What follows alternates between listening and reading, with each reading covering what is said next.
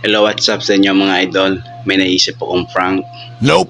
Kaya, tingnan nyo bagong gising pa ko. Yung asawa ko tulog pa. May naisip lang ako. Bruh. Abangan nyo kung anong mangyayari. Ayan mga idol, bibili tayo ng Gawgaw at Bear Brand. Gatas ang akin, Gawgaw ang kanya.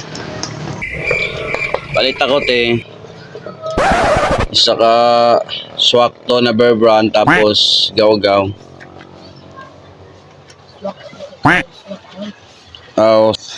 Swak di ayaw isa ka Gawgaw.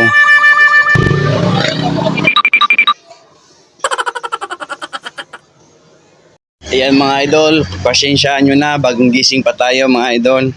Ayan, nakabili na ako ng swak. Nakabili na tayo ng swak at Gawgaw. Prank natin siya na meron tayong sponsor. Abangan nyo to.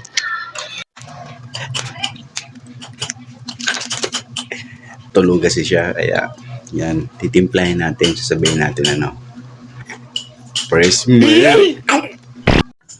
So ayan mga idol, dugmukin natin to, dugmukin.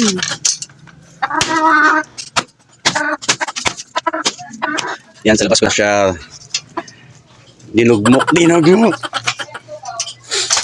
Pinino para hindi niya marinig kasi tulog siya. Ayan, abangan nyo to kung ano itong mangyayari dito.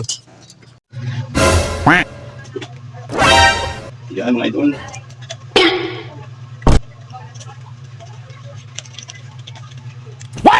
Ang akin. Sabihin natin mamaya. Basta may Bear Brand, lusog sarap sa umaga o sa hapon o kahit ang araw.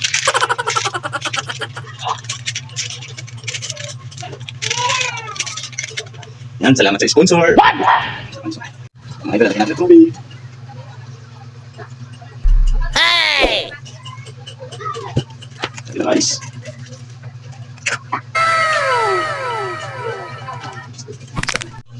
Ayan mga idol. Tapos na. Wala tayong asukal. Nagpabili pa ako sa anak ko. Ito yung kanya. Ito yung akin. Ang palatandaan natin, ito yung kutsara niya. Ito yung kutsara ko. Ilapit mo.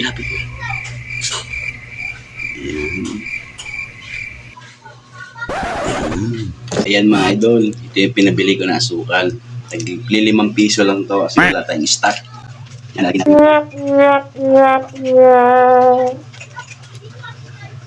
Naluwi.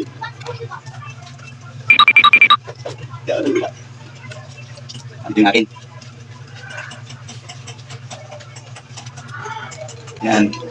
Habang hindi pa natutunaw din. Yan. Habang hindi pa natutunaw ang yelo, hindi pa natin siya gigisingin. Yan. Mga idol. Halu-haluin ko muna. Para magkaparesa ng kulay. Basta ito yung ating kutsara. Yan, ilalagay natin dito. Kanya, akin. Yan, dito tayo upo.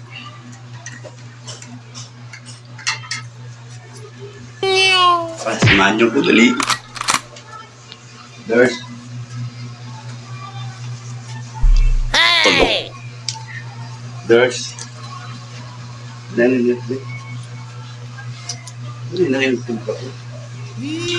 mga ito, gising nyo.